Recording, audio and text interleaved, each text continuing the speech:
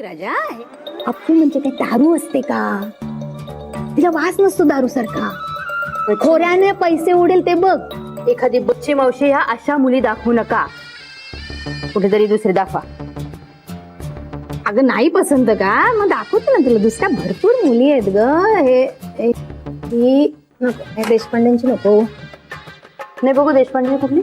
नाही नाही ती एवढी खास नाही, नाही. बघू ना जरा. नाही नाही नाही. हे बघ ना, हे बघ.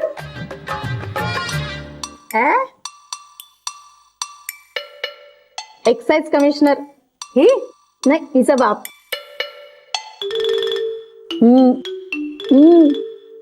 चिक्कार. अगं कुठे कुठे आणि किती किती प्रॉपर्टी आहे यांना सुद्धा हिशोब माहिती नाही. बोल. बरी आहे मुलगी तशी.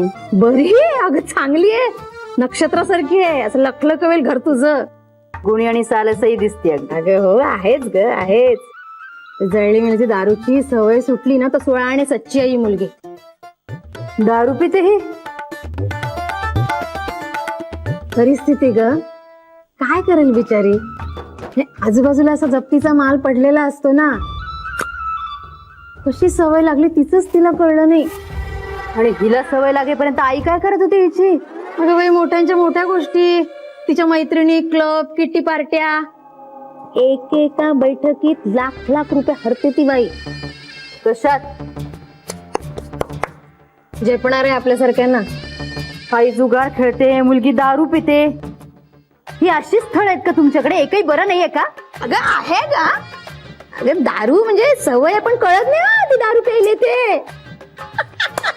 हसायला काय झालं आता तुम्हाला?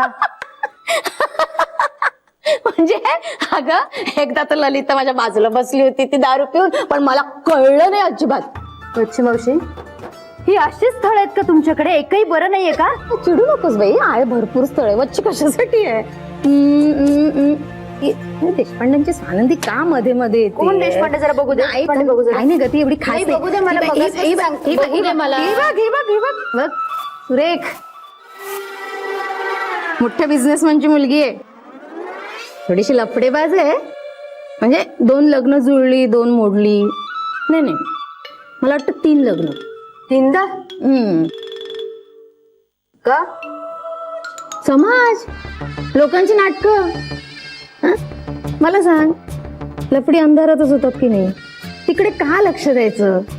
संपत्तीचा उजेड महत्वाचा. एकुलती एक आहे ग. मी तुला नाव सांग. काय करायचं नाव ऐकून? ह्या अशा मुलींची स्थळं सांगणार आहेस तुम्हाला?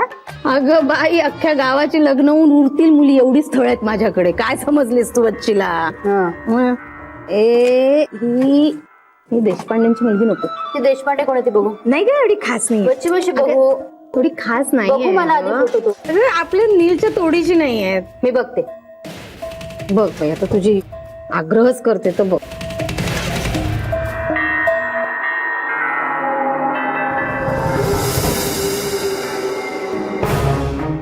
काय करतात तिचे वडील?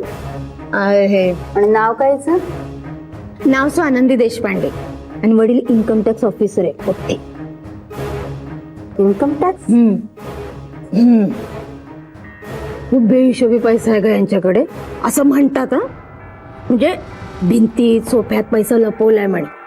हे बघायला गेलं ना तर सोफे असे फाटलेले दिसतात, भिंतीचे पोपडे पडलेले दिसतात असं म्हणतात. ऐकू आहे की आपल्याला काय माहित नाही बाई. नाही मग बरी आहे मुलगी.